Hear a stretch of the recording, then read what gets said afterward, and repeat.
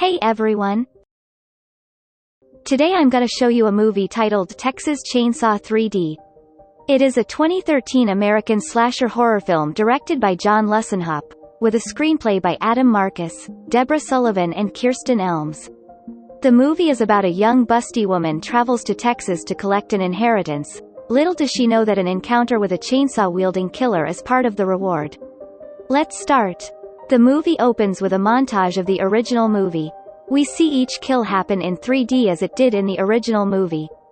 It also shows the infamous final scene from the original movie with Sally riding away in the back of the pickup truck, while Leatherface swings his chainsaw maniacally in the middle of the road. Next, we cut to a police car pulling up in front of the Sawyer house behind another car. Inside the first car is the Carson family, cousins, aunt, uncle to the Sawyers. They run inside and barricade the door and hold up arms along with the Sawyer family. Sheriff Hooper arrives outside the Sawyer family house, driving a police car, and he shouts to them that he only wants the boy, Jet aka Leatherface. He says that the woman said that a man with a chainsaw killed all her friends. Drayton Sawyer shouts that they were trying to protect their family. Hooper constantly tells him that he needs to take the boy into custody and that things don't need to get out of hand. Drayton thinks it over after members of the family agree to give up Jed. So Drayton goes into another room and shouts at Jed, telling him that he has to go out there and give himself up. Just then a group of townspeople from the town of Newt, Texas, led by Mayor Bert Hartman, who have come with one thing in mind, to kill the entire family. As Drayton and the family prepare to surrender, Bert and other townspeople begin to attack by setting the house ablaze and shooting through the house. Pretty much all of the family is killed in the chaos despite Sheriff Hooper's attempts to stop them. We see Loretta Sawyer cradling a baby, attempting to protect it, but one of the bullets flies through the windows and goes through her right shoulder and the baby's. After the chaos dies down at nighttime and the house is burned down, we see Gavin Miller stumble upon a barely alive Loretta who is still holding on to the baby. Gavin takes the baby from her and kills Loretta by kicking her directly in the face. He runs to his wife Arlene saying that he found a baby and that they should adopt her. They decide to name the baby Heather. In the present day, adult Heather Miller is working in the meat section of a grocery store. She is interrupted by her friend Nikki, who is super excited about a trip that they are taking to New Orleans. Heather goes home to her grungy-looking apartment where Ryan is sparring on a punching bag.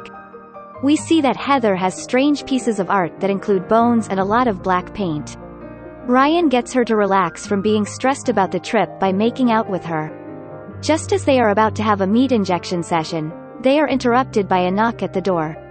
Ryan goes to answer and gets some mail for Heather, which is a will for her. It states that her grandmother is dead and has left a house for her. However, Heather is confused because her grandparents died years ago. She goes to confront her parents, who reveal to her that she was adopted. They warn her not to go to Texas, but she, completely pissed and hurt, leaves and goes back home to Ryan. When she arrives, she tells Ryan she has to go to Texas to learn more about the house and her real family. Ryan doesn't object at all and surprises her when Kenny and Nikki appear, offering to go with them. So they drive towards Texas, and on the way they stop at a gas station and accidentally hit someone walking with the van.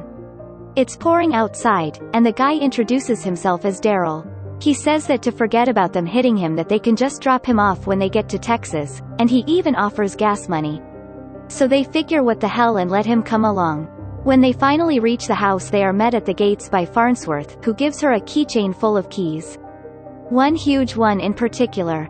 And he also gives her a letter from her deceased grandmother Verna and advises her to read it immediately. He goes on his way, and they go through the gate. The house is stunning and filled with antiques.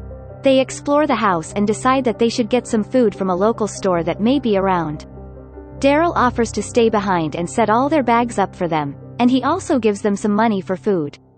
They leave him at the house and go into town. After they leave, Daryl immediately starts stuffing things from inside the house into his bag. He's obviously a thief, scam artist. He explores through the house and uses the keys to get to every door. However, he wonders what the large key goes to and goes all throughout the house until finally he stumbles upon a hidden room behind a wall. He goes into the room, which leads him to a door. He uses the big key on the door and goes down into a wine cellar of some sort, and when he gets there he sees a bunch of weird items, including a plate with old rotted food sitting outside a large metal door. He tries to open the metal door various ways, but it doesn't give. As he looks for something to pry it open with, he turns back to the metal door and Leatherface appears and strikes him over the head with a hammer. He bashes his head in repeatedly with a hammer on the floor until he is dead.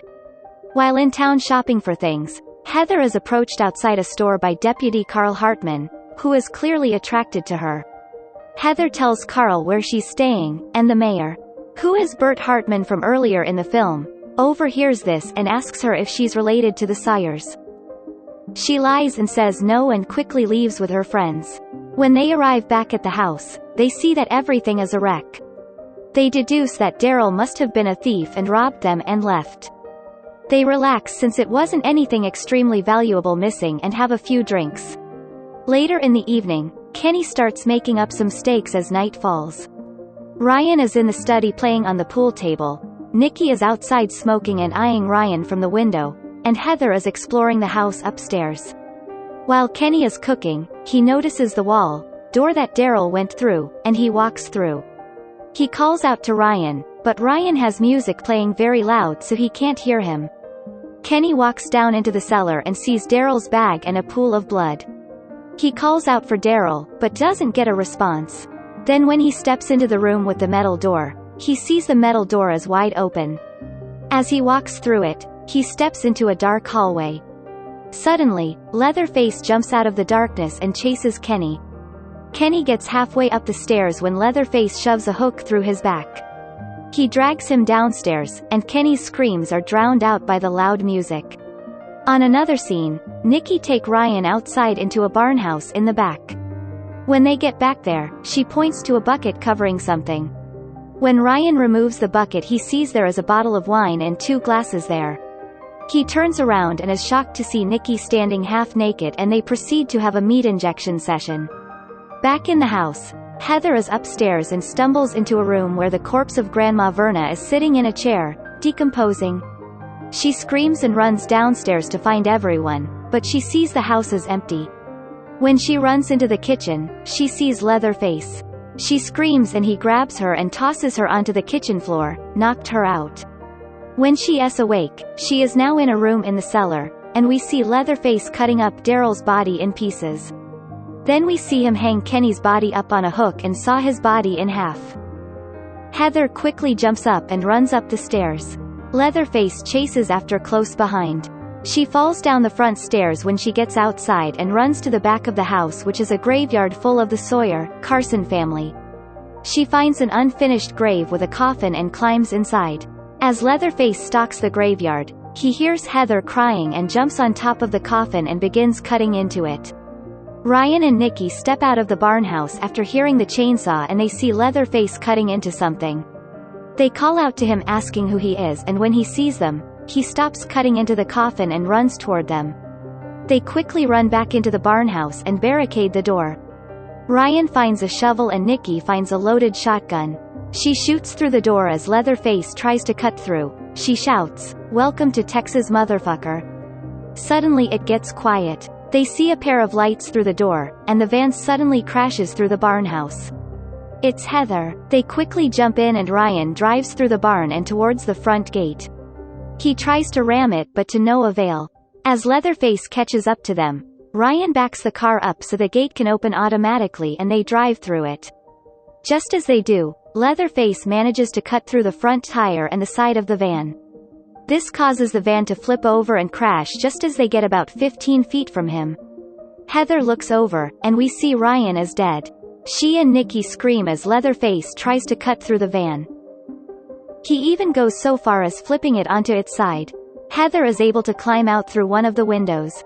Leatherface cuts Nikki on the side a little and Heather gets his attention. This distracts him, and he begins to chase Heather through the woods. She manages to reach a fence which leads to a carnival on the other side, and she hops it. Leatherface doesn't stop, and he cuts through the fence, chasing her through the carnival as people run all over, screaming. She gets to the mini Ferris wheel and jumps up and grabs onto one of the seats as it lifts her up. Leatherface waits on the other side as she begins to descend back down. But just as she gets close to him, Officer Carl orders him to freeze. Leatherface tosses his chainsaw at Carl, and he ducks just in time. Carl takes Heather to the police station for questioning. There, we see Sheriff Hooper waiting, and when she describes Leatherface, he is shocked and begins to think Jed must still be alive after all these years. She also admits that she just found she was a Sawyer. Carl pulls a box labeled, "Evidence," and sits it on the table, saying there is some crazy stuff in it about the Sawyers, Carsons. Hobbs orders Carl to leave and go look for the maniac. The mayor shows up and demands to speak with Hooper, so he leaves Heather alone while he goes to talk to him. As soon as he leaves, Heather begins to go through the evidence box that Carl pulled, and she sees how her entire family was killed without a fair trial by the townspeople and the mayor and her adoptive mom and dad. She reads about the entire incident that took place that night. Meanwhile, one of the police officers was investigating the crashed van and tells Hooper that no one is at the van. Hooper orders him to stay at the site, but the officer sees a trail of blood that leads down the road, and he follows it. The officer informs him that the blood led back to the house. The mayor orders him on the walkie-talkie to follow the blood and turns on a video call, so the mayor and Hobbs can see what he sees. As he follows the blood into the cellar and down a dark hallway, he comes upon the room where Kenny, Daryl, and Ryan lay dead and butchered. He is shocked by what he saw. The officer runs back up the stairs of the house, but he is attacked by Leatherface, who bludgeons him with an axe and then begins to chop into his back repeatedly. Mayor Burt decides to confront Heather, saying she must have something to do with this. As Hooper tries to stop him from going into the room where she was left, they see the evidence from the night the Sawyers were killed sprawled all over the table, and Heather has written the word, "murderers," on one of the sheets. Heather is on the streets of the town, and she reaches a payphone and calls Farnsworth. She tells him that she knows everything, and he tells her to meet him at a local bar. When they meet, he informs her that he warned her to read the letter immediately because Verna detailed everything she needed to know. He also informs her that Jed knows she is still alive, but he doesn't know who she is. Suddenly the mayor arrives and chases her out the bar. She grabs a knife before she runs out, and just as she reaches the street, the mayor's partner, Ollie, hits her with his car. He jumps out to grab her, but she quickly slashes his face with the knife and makes a run for it. Heather gets a good distance and then runs into Officer Carl. She asks him to get her to the bar, so she can help Farnsworth, and warns him that the mayor is after her. She hops in the back seat and Carl drives towards the bar. They see Farnsworth outside, and he sees them, but Carl keeps going.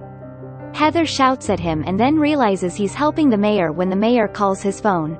She also discovers that the mayor is Carl's father.